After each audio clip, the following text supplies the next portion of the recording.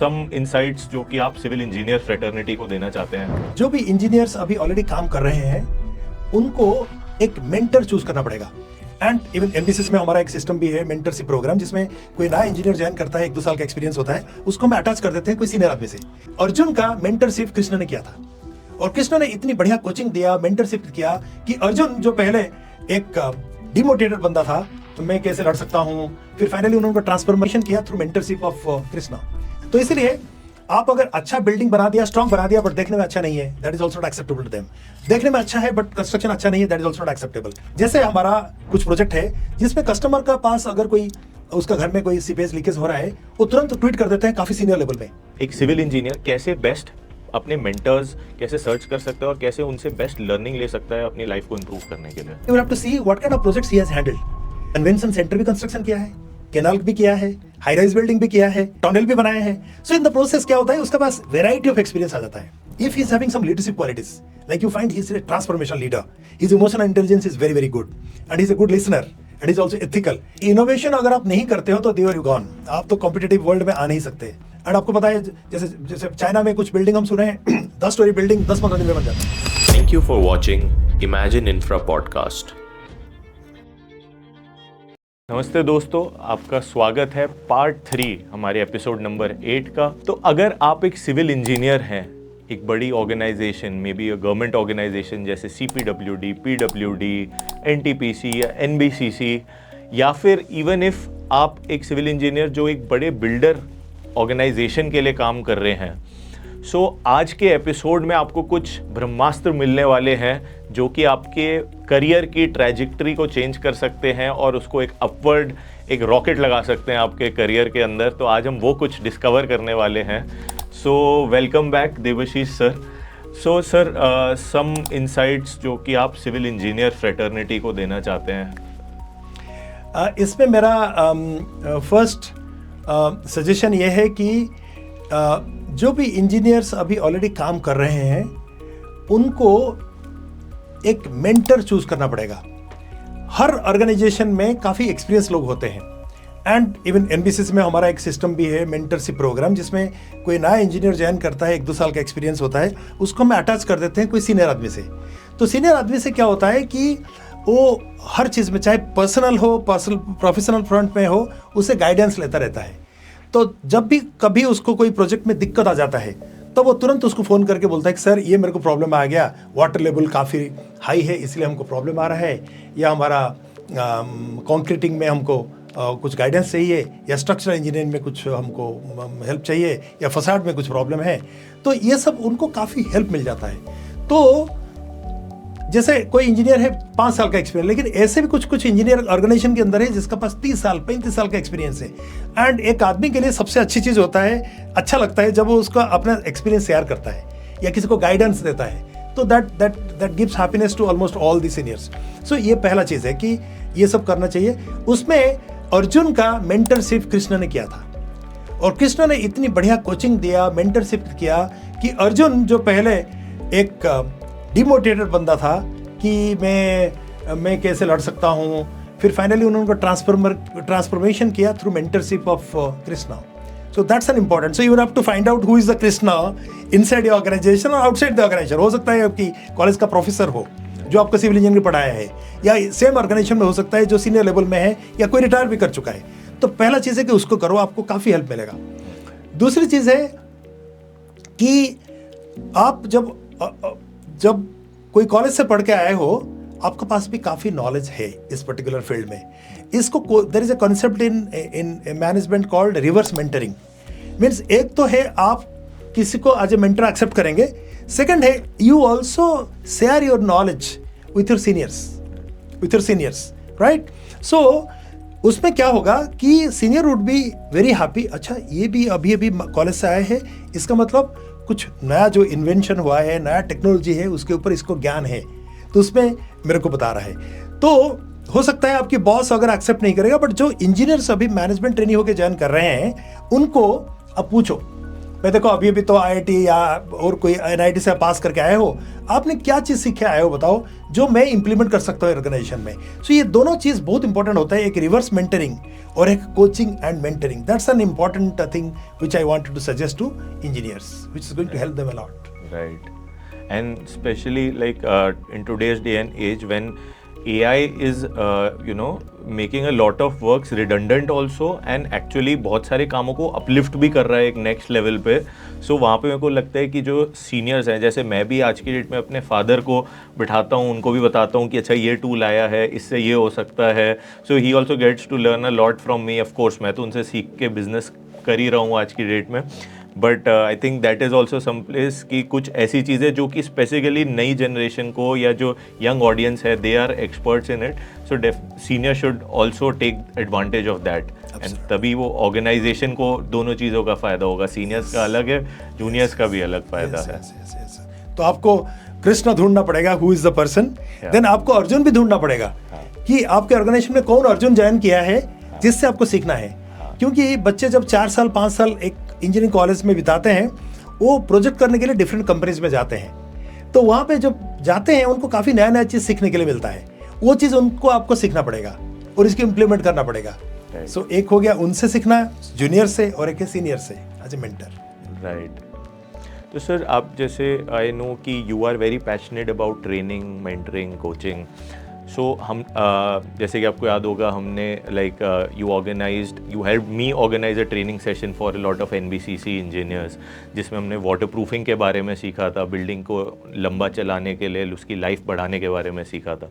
सो आपके लिए ऐसे नए टेक्निक्स या स्पेशली अगर मैं वाटर प्रूफिंग जैसी टेक्निक्स की बात करूँ, how important is it for the civil engineers to keep learning the latest modern techniques, technologies available? How important is it for them? It is very much important because the expectation of the customer has gone up like anything. उनको not only construction, अच्छे construction चाहिए, but aesthetics part is also very very important. उनको चाहिए। तो इसलिए आप अगर अच्छा बिल्डिंग बना दिया, स्ट्रॉन्ग बना दिया, बट देखने में अच्छा नहीं है, that is also not acceptable to them. देखने में अच्छा है बट कंस्ट्रक्शन अच्छा नहीं है, that is also not acceptable. So इसीलिए जो सीपेज एंड लीकेज जो पर्टिकुलर एरिया है, आपको पता होना चाहिए। आप तो एक्सपर्ट हो इस पर्टिकुलर फील्ड में, ज़्यादा से ज़्यादा आपकी कंस्ट्रक्शन कॉस्ट का 1-2% होता है, बट अगर आपने उसके ऊपर ध्यान नहीं दिया, आपका सबसे ज़्यादा टेंशन का रीज़न वही भी हो सकता है। जैसे हमारा कुछ प्रोजेक्ट है जिसमें कस्टमर का पास अगर कोई उसका घर में कोई सीपेज लीकेज हो रहा है, वो तुरंत ट्वीट कर देते हैं काफ़ी सीनियर लेवल में, तो फिर काफ़ी उसका हमारा पास एस्केलेट होकर आता है, फिर हम मुश्किल में पड़ते हैं। तो इसीलिए जब आपने प्रोग्राम किया, मैंने देखा कि many people in the organization are very excited and they are not knowing many small things, but it gives lots of what you call result. And so एक चीज़ मैंने इसमें देखा कि उनका learning curve जो है it becomes very very fast and they could understand कि हम छोटी सी expense करके how we can also save from big humiliations which is happening currently with them. So I think that's a wonderful session which has happened, and I was so excited with your face-to-face program. Then I invited you to address to all our employees also in the organization, and through video conferencing you addressed, and close to 100 people are there who are listening to from different parts of the country. We have offices in different parts of the country and as well as overseas, and we have 3 companies which are our group companies. Participants are also from there. And they really appreciate it. I salute you for this purpose. Thank you so much, sir. And मेरा खुद का passion है, like I like to take trainings, I like to spread awareness about this very small topic जो कि cost wise इतना छोटा होता है waterproofing, but उसकी importance इतनी बड़ी होती है. So I like to spread more awareness among civil engineers myself. So sir, I would like to ask कि एक सिविल इंजीनियर कैसे बेस्ट अपने मेंटर्स कैसे सर्च कर सकता है और कैसे उनसे बेस्ट लर्निंग ले सकता है अपनी लाइफ को इम्प्रूव करने के लिए? देखिए, एक तो है ऐसा मेंटर चुनो जो is really willing to share and give you quality time. ठीक है, that's the first quality which is required for a mentor. Secondly, you have to see what kind of projects he has handled, right. वो एक convention centre भी construction किया है, canal भी किया है, हाई राइज बिल्डिंग भी किया है, एंड टनल भी बनाया है। सो इन द प्रोसेस क्या होता है, उसका पास वेराइटी ऑफ एक्सपीरियंस आ जाता है। वो वैरायटी एक्सपीरियंस होने से क्या होगा, आपको एडवांटेज होगा कि आपको ढंग से वो बिल्कुल गाइड कर सकता है। ये हो गया आपकी फंक्शनल एरियाज के ऊपर।